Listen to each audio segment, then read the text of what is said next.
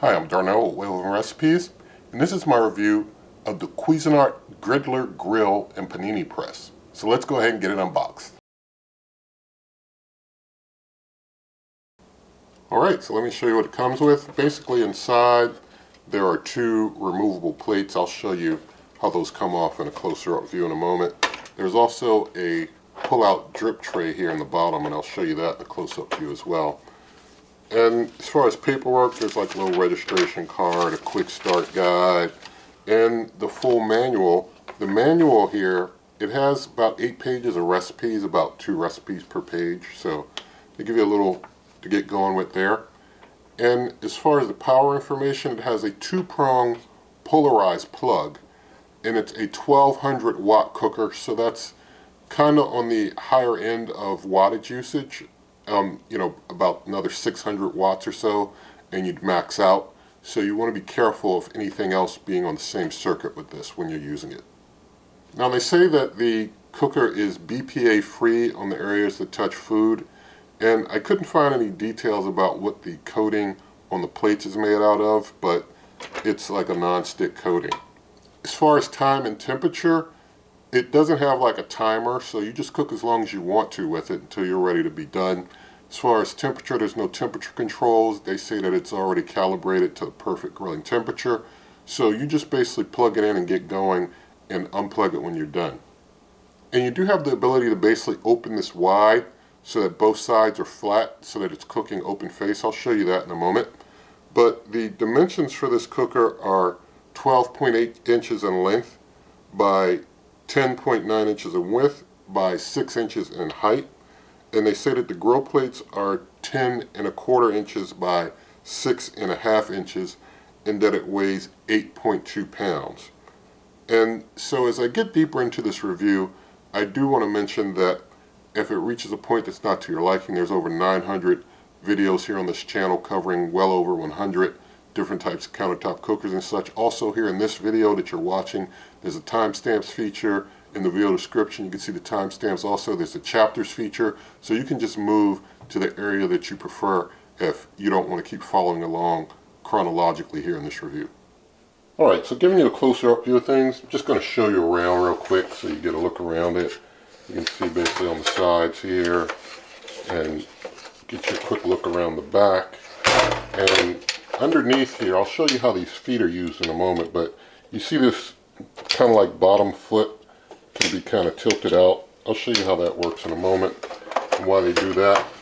But first I want to open up and I want to show you the plate removal, because there's a little tab here that you press in and you can pull that top plate out, and there's a tab on the side here that you can press and you can pull this bottom plate out. And so you see basically how that plate looks there. I'm going to go ahead and stick that back. You just put it back in these little grooves here, and there's these little notches on the sides here. You just kind of fit those in and lock it in. Same thing for this one here. You just kind of get it in the notches and just lock it on in, and you're good to go. Now when it closes, it's pretty interesting. It's got this kind of rocker lid so that if the food's really thick, it won't, try and not come down on it correctly. It'll try and rock to kind of make sure that it goes over the food fully to cover it. And basically when you want to have things go open face, you basically see this button here on the side. You basically press this button here, and then you can open up, and then you've got an open face cooker. You can use both plates open face to cook that way. And then when you want to basically lock it back into the position for press grill, you just pick that up and then you can press grill cook again. And you see this red and green kind of light here. The red light is when things are kind of heating up. The green light is when things are ready to start cooking. And this little drip tray here, you pull this out and you can basically clean that out when you need to, but the stuff drips to the back. So the drippings go through the back here. They go down, if you can see, to the back. But the drip tray, it's a long drip tray, and you pull it out through the front. Now regarding the feet, if you want to have better drainage, like have things drain more to the back, then you can basically flip those feet. Let me see if I can Yeah, get these flipped around. So you get them flipped around, and once you got them flipped around, things tilt a little more to the back. And so that gives you more drainage if you need, you know, extra leverage for more drainage. So, let's see, I guess I can leave mine in the pro drainage position. I guess that's okay. And so basically that's all the kind of features that it has as far as what it can do. But now I want to go ahead and do some independent measurements with you. So I'll do it close first. And we'll just see the general height, the height of the handle. Yeah, it's about 6 inches there. Going across this way, we get just under 12.5 inches that way. Going front to back, I'm seeing just under 10 inches. Just under 10 at the end of the handle is what I'm getting. In the plates, we'll just check those. Yeah, this is a little over 10 inches, about 10.25. And going from the bottom of the drip part up to the top, that's just a little over 7 inches that way is what I'm getting. Now, when it's up like this, the height of the handle, see how high the handle goes, that gets up to just about 12 inches.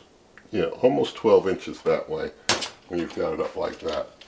So let's see also when we kind of open it open face, how long do you need to have, because you got the handle there. Let's see. You've got just about 18 inches this way. You won't get that out of the spec, but it needs about 18 inches when you do it that way. Okay, so now we've got the Cuisinart next to the George Foreman 4-serving grill and panini press. Full review of this is here on the channel. And when we open these up, we see that the George Foreman has a bit more height here. So basically you're going to be able to cook more on the George Foreman than you are on this Cuisinart. So the Cuisinart's a bit smaller as far as its cooking size. The Foreman has the drainage coming down to the front. The Cuisinart drains to the back. And both of them have removable plates. And so that just kind of gives you a side-by-side view of these two. Alright, so now I'm going to get things plugged in to power it on, because it's basically a plugged in and cooking or unplugged and not type of cooker. There's no on-off switch, and like I said, there's no temperature or time control. So it's all controlled through whether it's plugged in or not. So we got it plugged in. We see the red light lights up, and we'll see how long things take to get fully heated up here.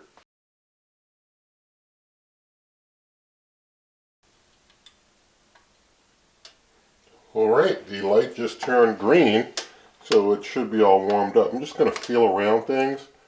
This top feels kind of hot. I think the sticker might be starting to come off, though. It's kind of hard to try and get that sticker off the top earlier, but I think it's going to be a little easier after this. But yeah, the top's hot. I mean, it feels like it's hot all around. Basically this table is feeling cool though, so it's not heating up the table at all. But everything around, all that's hot. The handle is cool though, so it's a cool touch handle. So that's how things feel around it. Alright, so I've got a thermal imaging camera here, and you can see the red target showing the hottest area is right there where the plates come together. That is well over 500 degrees. You don't want to mess around there. But other places are not nearly as hot. But that being so hot, I mean, it's basically showing white hot because it's super hot. And over the top here, I'm reading over the top here in the center, it's pretty hot, but I'm getting some reflection. It's over 200 degrees on the top, but I'm getting some reflection. I guess it depends on where I point it. I can get a better read on the sticker, actually. It's a good thing I left the sticker on, because the reflection from the silver surface basically gives a bad read, but we're well over 250 degrees on the top there. So you can't put your hand on the top. So I can just give you a look on that side, and just give you a quick look on the other side of how things look over there on the opposite side. But I just wanted to give you a thermal view of things. Don't touch it at all.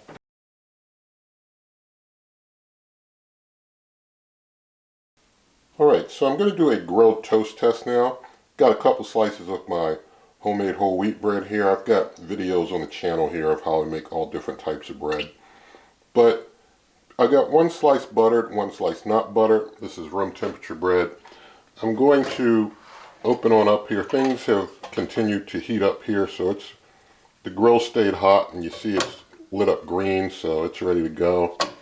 And so just going to close up on things, then give it about 5 minutes.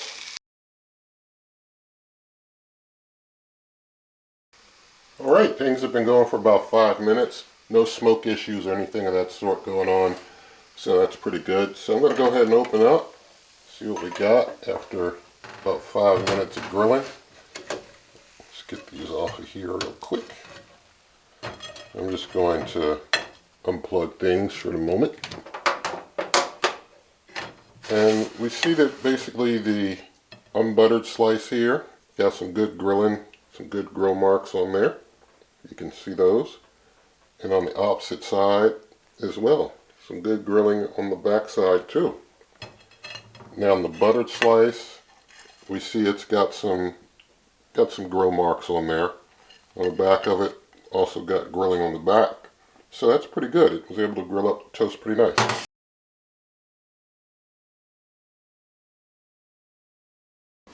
Alright, so now I'm going to do a grill test. I've got a couple of my salmon burgers here.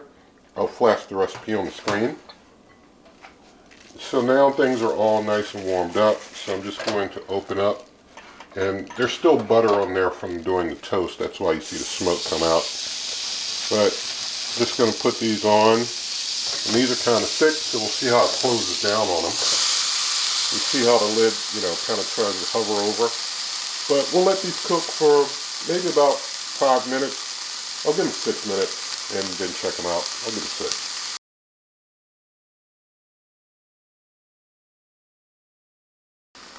Alright, things have been going for about 6 minutes. And so just going to check our temps. Yeah, we're in the 160, so we're well done.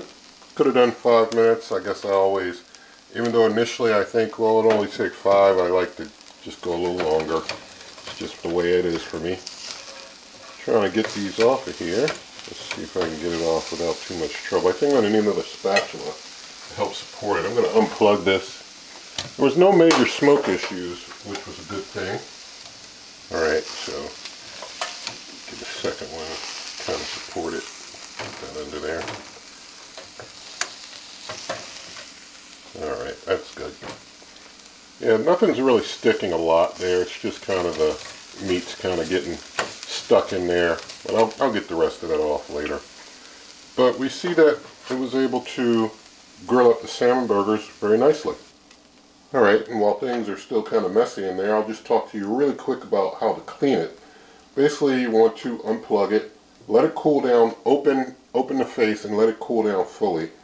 And they said it'll take about 30 minutes to cool down.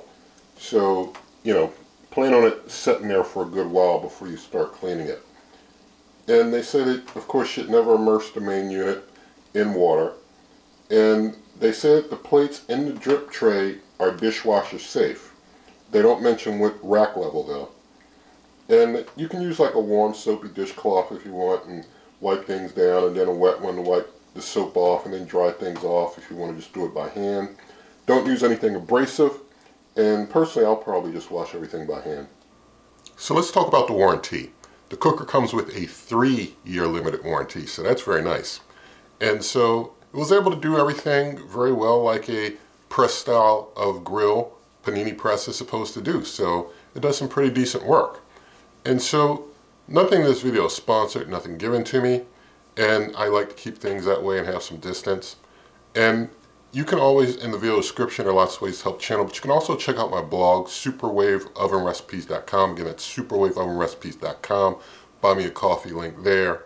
And also in the video description, there are lots of ways, such as cookbook, merch, membership, donations, link to the Amazon shop where you pay the same price, help the channel. And so, with all of that said, if you did like the video, please do give it a thumbs up, share the video with a friend, leave your comments, subscribe, hit that notification icon, and good eating.